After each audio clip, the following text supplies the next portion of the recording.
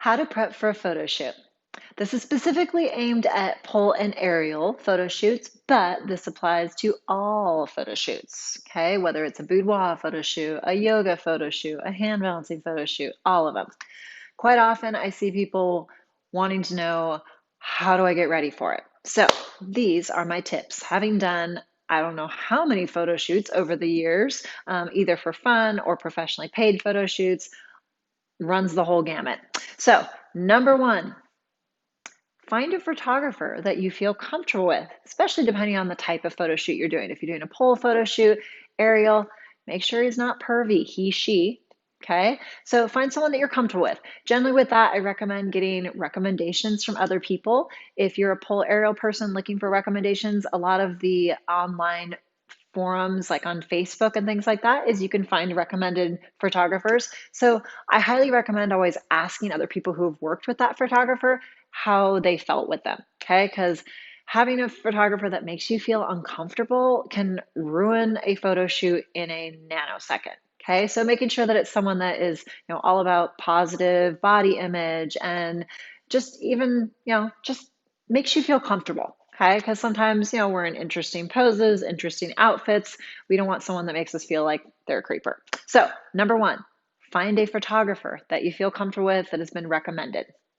Okay. Also, in that, oftentimes too, I usually encourage people to work with photographers that have shot their apparatus before because they're a little bit more familiar with the extraneous variables that go into that. But that being said, I work with photographers doing pole aerial photo shoots that I was the first time they'd ever shot anyone that did pole aerial, and they were fantastic. So generally, rule of thumb, if it's someone that's done pole and aerial before, usually it's more likely to make the more efficient session. You're more likely to get better photos, but that's not always a deal breaker. Okay, so don't be afraid to work with someone who hasn't, but just keep that in mind.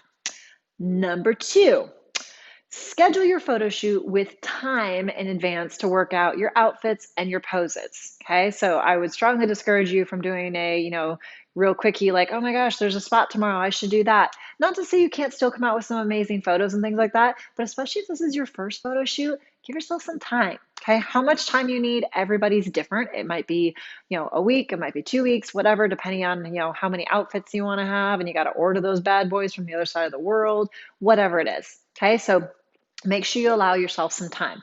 Also, if you have a choice in scheduling your photo shoot, ideally think about what times of day work best for you training wise. If you're scheduling a photo shoot and you have these big goals of doing some super uber bendy poses, but it turns out you got the first 8 a.m. slot and you're not a super morning person, it might be hard to get those bendy goal moves that you were hoping for. So just keep that in mind too. If you have a choice in the matter, try to pick a photo shoot time that correlates to when your body is reaching its peak training time or peak bendy time or whatever it is that you're going for in that photo shoot, whatever the theme is. Okay, so scheduling it with the time.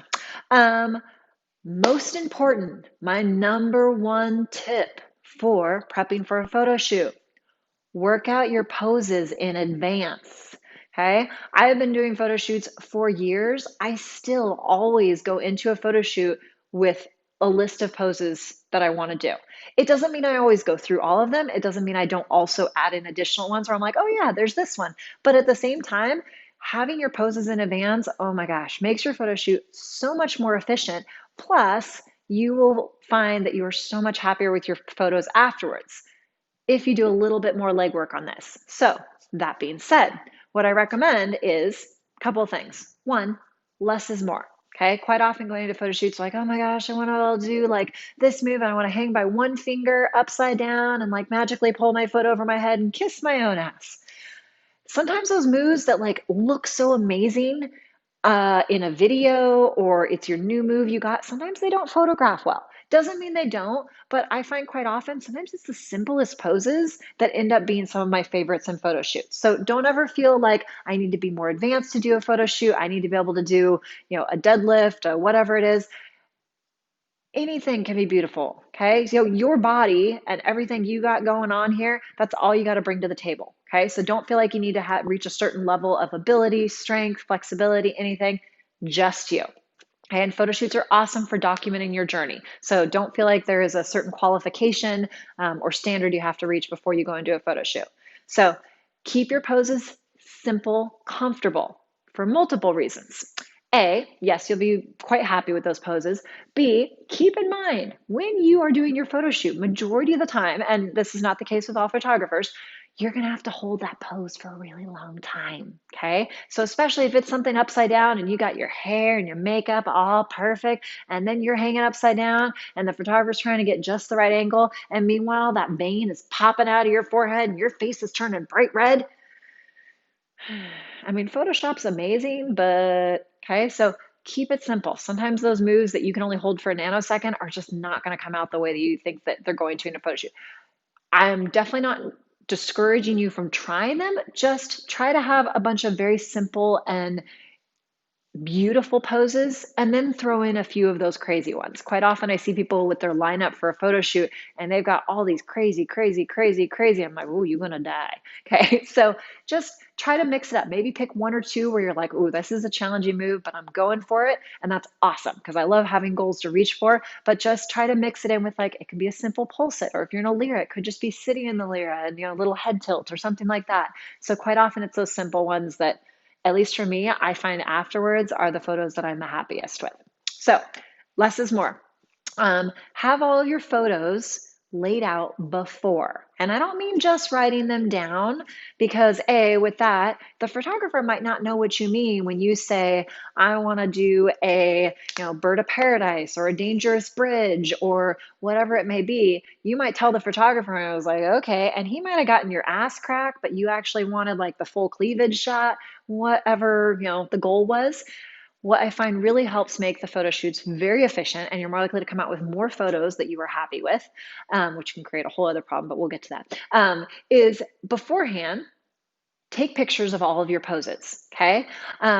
That might be with, like, they don't have to be pretty. Like, literally set up your phone, video yourself getting into it, and then take a snapshot of the angle that you want, okay? Because, for example, you might have wanted this angle, but your photographer went around and got this angle, okay? And as we all know, the angle can make or break a line, okay? It could be that you had that most exquisite oversplit, but from the angle they took it from, they couldn't even see that oversplit that you had worked so hard for, okay? So prep for your photo shoot, film yourself, whatever your apparatus, or if you're on the floor, film yourself, take snapshots. They can be grainy, they can be dark, your mug can look ugly as sin, okay? It's not about that, it's just literally about the shape. And the great thing is you literally can take that shape and show it to the photographer and be like, I want that pose. I'm going to do this. Wait until it looks like that and snap the hell out of it. Okay. So you'll find it'll actually make your photo shoots so much more efficient. And I found photographers that I work with are so grateful for this because otherwise they snap away.